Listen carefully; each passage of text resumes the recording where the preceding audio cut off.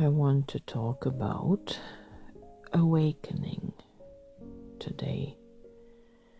What does awakening mean?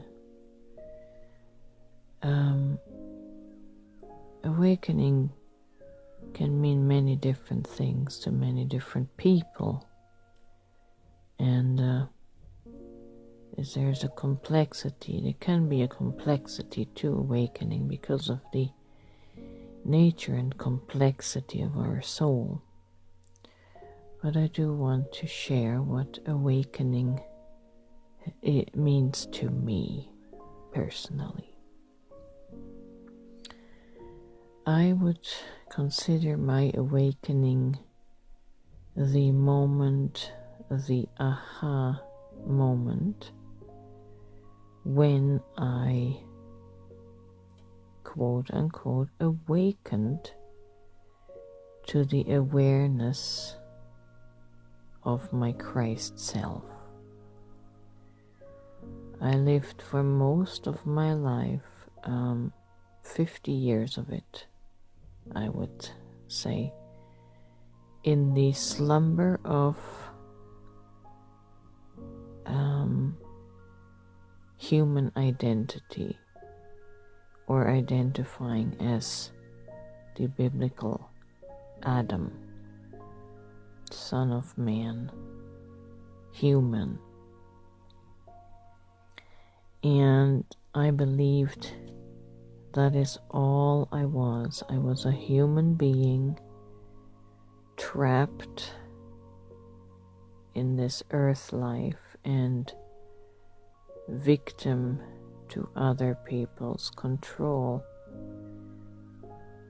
and lost in total self-abandonment. When I experienced Ephesians, I think it's 5:14 or 2:14, I'm not sure now, but it says, "Awake, O sleeper, rise from the dead, and Christ shall light on you," or shall give you light. That is my favorite awakening passage. And it was at that moment when I realized my Christ self, or my God self, that suddenly another aspect opened up inside of me that now became the observer of my human activity. Someone beyond my human was watching me, and that was my higher Christ self, with a consciousness, with the divine consciousness of the God self. You could say God was watching me, but God was me. That was me inside of me, watching my human awareness from a separate God awareness. And that changed everything. It changed everything because my consciousness changed from victimhood and helplessness and sinner and feeling guilty and inadequate and shameful. It changed to being able to do all things. And that doesn't mean necessarily bent natural law, but I could do all things psychologically. I felt empowered.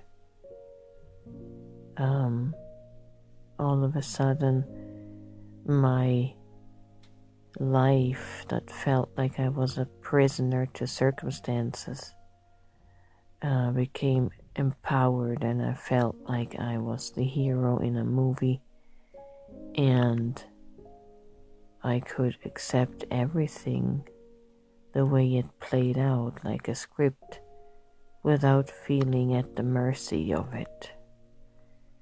I had an awareness that somehow I created this, and this is what I wanted to experience. So the awakening shifted me from being a helpless, disempowered human psychologically to an empowered divine identity. And nothing in this life could permanently control me with fear and manipulation anymore. Sure, I still fall into brief moments of fear, but that's no longer my identity. Like, I have to be afraid of everything. That's just a slip of the moment where I fall out of my consciousness into my ego mind and into the old patterns. But when you awaken to your God self, there is really nothing to fear, because psychologically in the soul you become the highest authority. You are the highest authority in the universe, and there is just no one above you that can supersede your will. You become the will of God.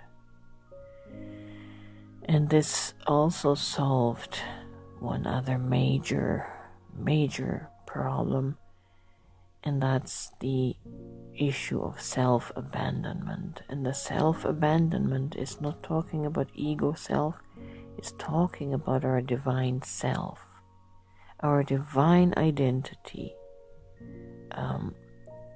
which we lost when we came under the veil of separation from God, which was really the veil of being separated from ourself, from our higher self. We lost awareness of our divine origin, that being source. You are source, even though that sounds preposterous, because you find yourself trapped in this lower earth density, which is the density of separation of God awareness, separation from God awareness. And so you cannot see it, cannot easily see it, until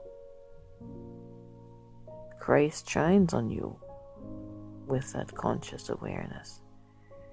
So, yeah, that's my experience and definition for awakening. Awakening back to remembering my source self, my God self.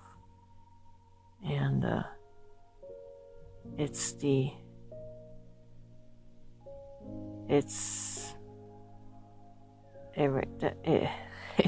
experience.